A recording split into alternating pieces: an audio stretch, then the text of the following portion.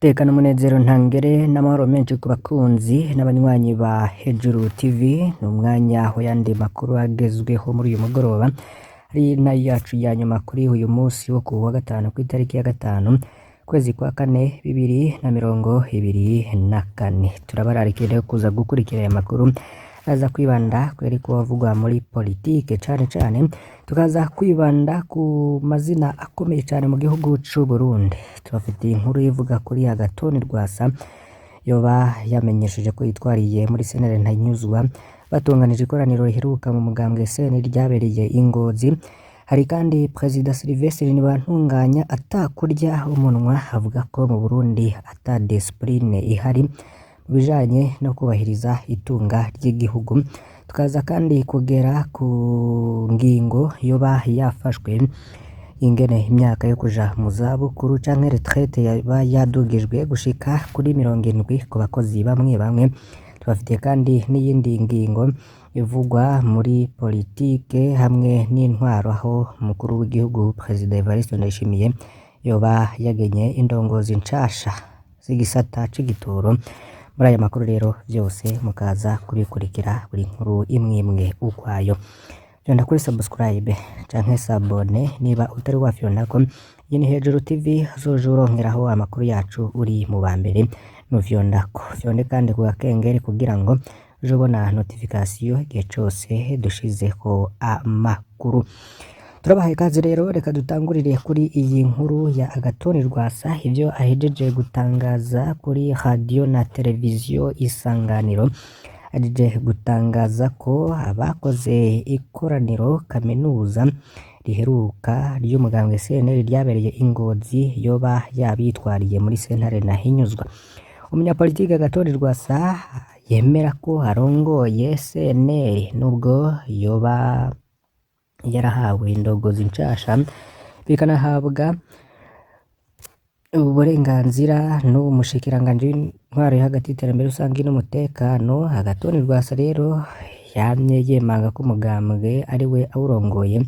Ahejeje kumenyesha rero mu kiganiro yahaye Isanganiro kuri uyu wa gatanu ko yitwariye abo bose batunganije iryo koraniro kaminuza. Mu kiganiro yahaye iyo radio na televiziyo kuri uyu wa gatanu akaba yasiguye ko baritunganije bihagiye uburongozi mu mugambwe bakora ivyo badafitiye uburenganzira. Agashimangira ko azobandanya kurikiza inzira zitegekanijwe n'amategeko mu gihe atotunganirizwa. Kubwiwe bitegekanijwe ko urubanza rusasa kwa 15 Ndamukiza. Iyi nkuru yose tukazoyibagezaho ivyo rero yoba yashikirije. Perezida Sylvestre Ntibantunganya ati haracakenewe discipline mu bijanye no kubahiriza itunga ry'igihugu.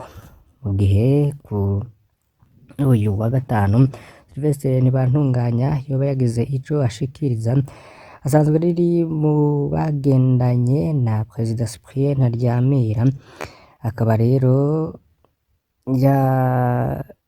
yaranamusubiriye mu mabanga y'umukuru w'igihugu, avuga ko uno musi hagikenewe discipline mu bijanye no kubahiriza itunga ry'igihugu. Ubwiwe ngo iyo ata discipline irimo vyo gutunganya ivy'ubutunzi bigira ingaruka mbi ku runganwe rukiri ruto. Sylvestre Ntibantunganya atarya umunwa yagize ati iyo ufashe nabi ugasesagura ivy'igihugu buriko urica igihugu, buriko uronona inguvu z'igihugu. Kongera agira ati birababaje kubona abana biga bicaye hasi kandi natwe twize kera twaricara ku ntebe. Ikindi ngo birababaje kubona abarimu mu mashuri basigaye basambanya abana bigisha kugira ngo bunguruzwe mu mashuri hamwe n'ibindi. Kubwa Patrick Nkurunziza arongoye umugambwe Sahwanya Frodebu, ngo uyu munsi rero bigaragara ko discipline ikenewe mu gihugu kuko ngo ntivyumvikana ko umukuru w'igihugu yama arasemera ko kizira kwiba ubutunzi bw'igoriga akaba atarahinduka. Ikindi ngo ntivyumvikana ukuntu umukuru w'igihugu yotega ko isuku rikorwa mu gisagara ca Bujumbura ariko ntibikorwe kugeza hari wagenda kwikuburira isoko kandi umukuru w'igisagara yibereye aho. Akabona ko nakirya ari ikimenyetso c'uko discipline Perezida Ntaryamira yaharanira u Burundi ngo butarayishikako. Perezida Ntibantunganya akaba asigura ko nyuma y'amatora y'umukuru w'igihugu yabaye mu 1993 ari nayo Perezida Ndadaye Melchior yaciye atorerwamo kuba umukuru w'igihugu, haradutse akaguma mu mirwi nka yose y'abatwara igihugu, akajagari ngo kava mu batwara, aho bavuga ko harya amatora yabaye atari amatora ahubwo ko yari rusansuma y'ubwoko. Perezida Ntibantunganya akavuga ko mu ntahe yashingiwe na Terence Sinunguruza yatwara Sena ico gihe ngo Buyoya yaramuhamagaye amubwira ko yabonye ibiharuro vy'ivyavuye mu matora, ariko ngo amubaza ati none birya bintu nta bwoko bwagiyemwo. Umunyagambwe ico gihe ngo batera akaguma kugira ngo hazobe ibiganiro baronke ibiti batarushe, nk'uko bandanya bivugwa na Perezida Ntibantunganya. Kindi ngo no mu banyeshuri naho nyene kaguma karageze muri kaminuza, aho babuza abantu kwiga, haraba abaja mw'ibarabara, abavyeyi bamwe baca babitera mu bana babo, bica bituma rero hamwe hamwe haba ubwicanyi mu mashuri. Ngo rero hari byinshi rero vyagiye birakorwa, ariko Perezida Ntibantunganya akavuga ko discipline itari yagera aho ashaka mu gihugu c'u Burundi. Ngo ni gute kugira discipline canke kuba ku murongo umwe wese aho ari ifasha kugira ngo habeho igihugu gishingiye ku mategeko? Perezida Ntibantunganya avuga ko abenegihugu banka amabwiriza aza abacinyiza, aho yabajije ati mbega abashinga amateka iyo bariko baratora amategeko bama baraba ivyo abanyagihugu bakeneye canke baraba ivy'umugambwe baserukira wifuza gushikako? Kubwiwe ngo iyo ibwirizwa shingiro ritubahirijwe nta ntwari ishingiye ku mategeko ibihari. Akaba rero yaciye asaba abarongoye imigambwe na cane cane umugambwe Sabanyafrodebo guhera ku ngingo ya mbere y'ibwirizwa shingiro barisome kugira ngo barabe ko ririko rirubahirizwa, kugira ngo bazoce barungikira icegeranyo mukuru w'igihugu. Kindi ngo iyo umucamanza yubahiriza amategeko babaye ubuhungiro bw'abanyagihugu, eka mbere n'abatwara igihugu. Hagira ati umucamanza ategerezwa kuba yumva neza ibanga afise, akaraba neza ko inta yiwe itariko iracira inkonda, ahubwo nyabona igacira ijambo. Imigambwe nayo akwiye kuba ari imigambwe ifise ivyumviro bitomoye, ideologie claire, kirinda kuba imigambwe isegerereza ico yise parti alimentaire, kuko ngo niho izoshobora guhindura ibitagenda neza mu gihugu. Kindi ngo harakwiye no kubaho kubahana hagati y'imigambwe, ikama yitwararika kugena intumbero y'ingene yoshobora gufasha mu iterambere ry'igihugu kandi ikirinda kudadaza. Yagize ati umugambwe udadaza ntuba ushaka ko igihugu gitera imbere. Abasirikare nabo hamwe n'abacamanza ngo bokwirinda ko bagira aho begamira mu bintu vy'imigambwe. Ikindi mwamenya nuko imyaka yo kuja mu zabukuru canke retraite yadugijwe gushika kuri 70 ku bakozi bamwe bamwe. Mw'itegeko nshingirangaji ryatewe ku mukono n'umushikiranganji wo gufatana mu nda hamwe n'abakozi n'akazi, leta y'u Burundi bahejeje gushinga intumbero nshasha igenga ibijanye n'akaruhuko k'abakozi ba leta. Ibi rero bishasha mwomenya muri iryo tegeko nshikiranganji rishasha, imyaka yo kuja mu karuhuko k'izabukuru ni 60 ku bakozi ba leta muri rusange, ariko mu buzi busaba ubuhinga bwihariye canke expertise particulière, aho ni nko kwigisha, kumenyesha amakuru, amagara y'abantu, ubushakashatsi, amahinguriro, ubudandaji. Abakozi ba leta barashobora kugeza ku myaka 70 mbere yo kuja mu karuhuko k'izabukuru. Ica gatatu mwomenya nuko mu buzi buruhisha cane bugatera ubusaza bw'umubiri imbere y'igihe, usure prématurée, aho ni nko guterura ibintu biremereye, kwimba ubutare n'ubundi buzi buruhisha cane. Abakozi barashobora kuja mu karuhuko k'izabukuru myaka 55. Nimugere umukozi wese ashobora kuja mu karuhuko k'izabukuru igihe cose wenyene avyisabiye, nuko rero biri muri iryo tegeko.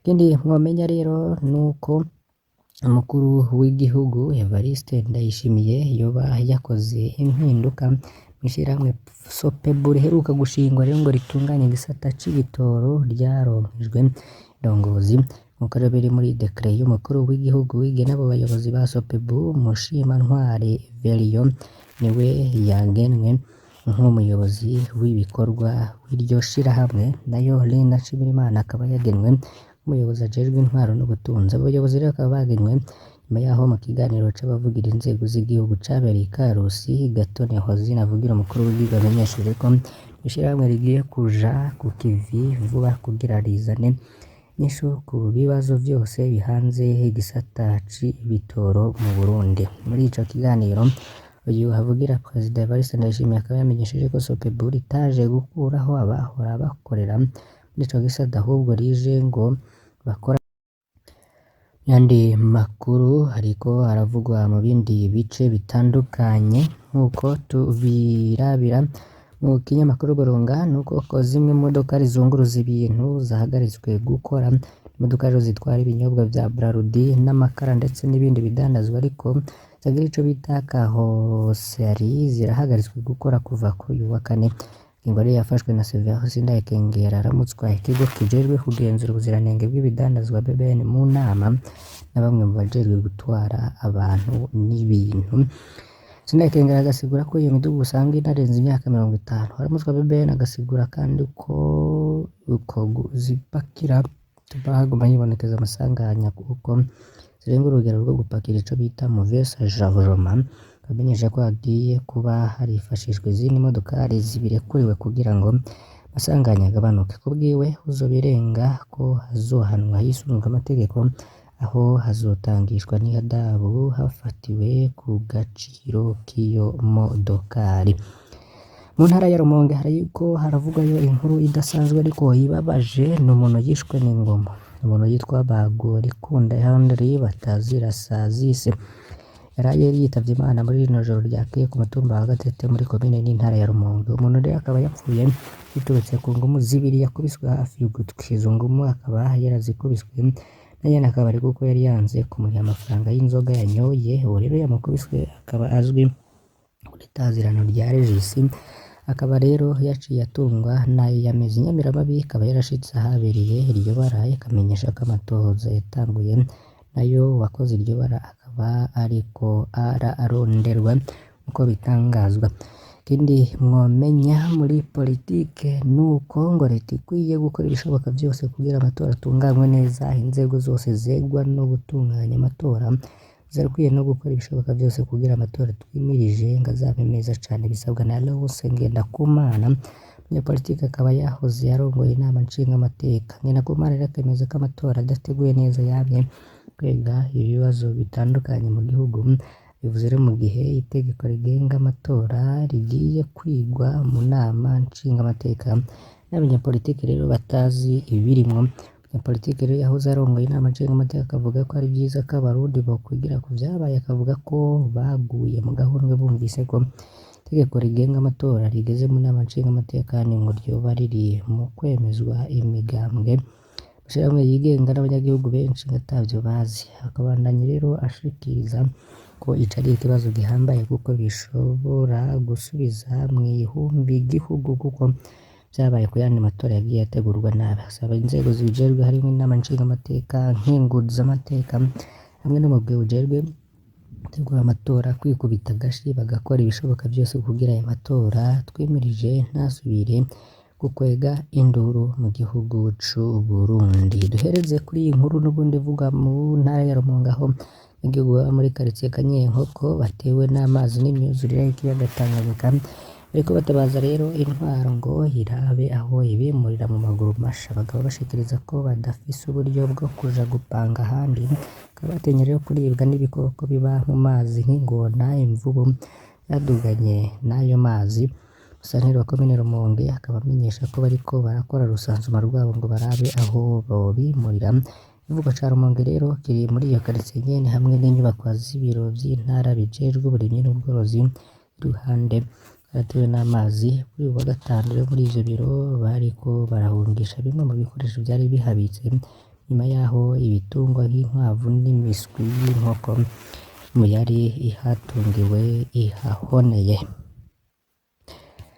Turabakengurukiye cane banywanyi bacu ndahwema gukurikira imboneshakure ya Hejuru TV. Mbasabe kugira ngo ntimuze gucikwa n'ayandi tuzobagezaho guhera ku munsi w'ejo. Imana ibahezagire.